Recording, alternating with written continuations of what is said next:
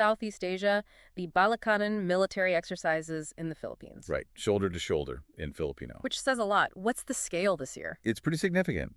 Around 9,000 U.S. personnel, 5,000 Filipino troops. Plus Australians and, interestingly, observers from Japan, Poland, and the Czech Republic. Europeans observing. That's new. First time for European nations, yeah. The overall numbers are slightly down from last year, though. A bit lower than 2024's 17,000 plus. But the organizers say this year is more focused, with clearer objectives. They're calling it a rehearsal for national defense. A rehearsal for national defense. That sounds pointed, given the tensions with China in the South China Sea. That context is absolutely key. Things are very tense between Manila and Beijing. We've seen those confrontations at sea. Yes, China's being much more assertive, aggressive even, in disputed waters.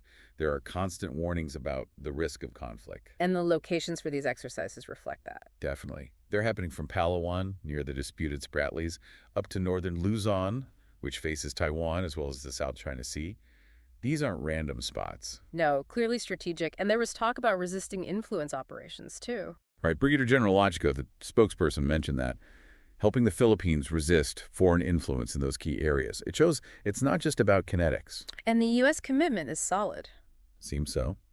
U.S. Defense Secretary Hegseth just visited and reaffirmed the Mutual Defense Treaty, which goes way back to the 1950s. Washington is stressing its support for Manila. Are they showcasing advanced tech again this year? Yes, the NSS anti-ship missile system is involved. That's already based in the Philippines. And last year they debuted the Typhoon system, didn't they? They did. That was a big deal.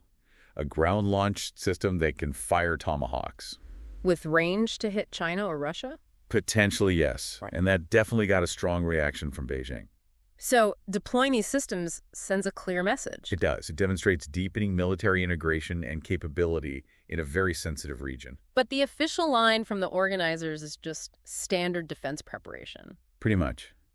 General Logico emphasized every country's right to self-defense and to train with allies.